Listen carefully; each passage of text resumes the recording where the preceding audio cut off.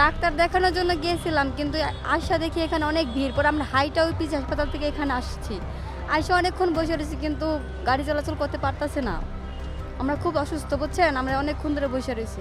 এ যেন যেমন খুশি তেমন প্রতিযোগিতা।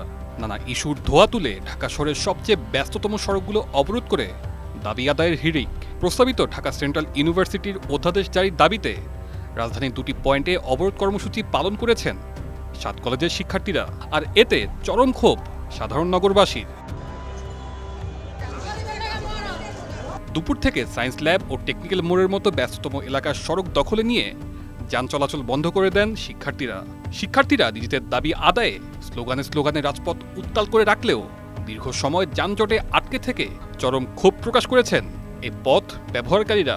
আমরা বর্তমান 3 ঘন্টা ধরে আটকে আছি। এত কষ্ট আমাদের সব যাত্রীগুলো নেমে গেছে, কিন্তু আমাদের তো কোনো লস, মালিক জমা দিতে হবে, এত কোনো মাপ নাই। তাহলে আমরা কেমন গাড়ি চালাবো বলেন? প্রতি ঘন্টায় বসে থাকি তাহলে হবে? গণপরিবহন বন্ধ থাকায় নারী, শিশু ও বৃদ্ধদের মাইলের পর মাইল হেঁটে গন্তব্যে পৌঁছাতে হয়েছে, যা জনজীবনে নাভিশ্বাস সৃষ্টি করেছে। শিক্ষার্থীদের এই আন্দোলনের ফলে মিরপুর সড়ক সহ আশেপাশের এলাকায় যান চলাচল সম্পূর্ণভাবে বন্ধ হয়ে গেছে, যা চরম জনভোগান্তির সৃষ্টি করেছে। এর আগে দুপুর 12টার দিকে ঢাকা কলেজের ক্যাম্পাস থেকে কয়েক হাজার শিক্ষার্থী একটি বিশাল মিছিল নিয়ে বের হন। মিছিলটি নীলক্ষেত হয়ে সায়েন্স ল্যাব মোড়ে অবস্থান নেয়। এ সময় 7 কলেজের শিক্ষার্থীরা স্লোগানে রাজপথ কাঁপিয়ে তোলেন।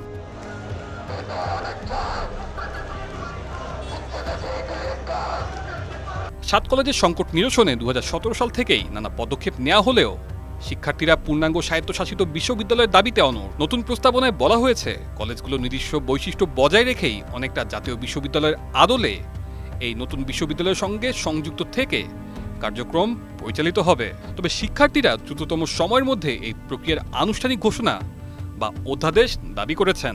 সরকার এবং মন্ত্রণালয় এবং শিক্ষা বিশিষ্ট যারা উপরস্থ লোক আছেন, তারা সবাই আমাদের প্রতি ইতিবাচক সাড়া দিচ্ছেন, কিন্তু কী কারণে আসলে অধ্যাদেশটা হচ্ছে না, সচিবালয় কেন আটকে আছে বা মন্ত্রণালয়ে কী হচ্ছে ভিতরে আমরা আসলে জানি না। সেইটা জানার জন্য আমরা এখানে নামলাম। সরকার যতক্ষণ পর্যন্ত আমাদেরকে অধ্যাদেশটা জারি না করবে, সকল কিছু প্রস্তুত, বাবাগুতে গিয়েছে এবং ব্যাটিং টেটিং সব কিছু মোটামুটি আমরা যতটুকু জানি কমপ্লিট। এত কিছু কমপ্লিট হওয়ার পরে কেন অধ্যাদেশটা জারি হচ্ছে না, কেন ক্যাবিনেটে হচ্ছে না, ক্যাবিনেটে ওঠার জন্য আজকে আমরা বিক্ষোভ সমাবেশ করলাম।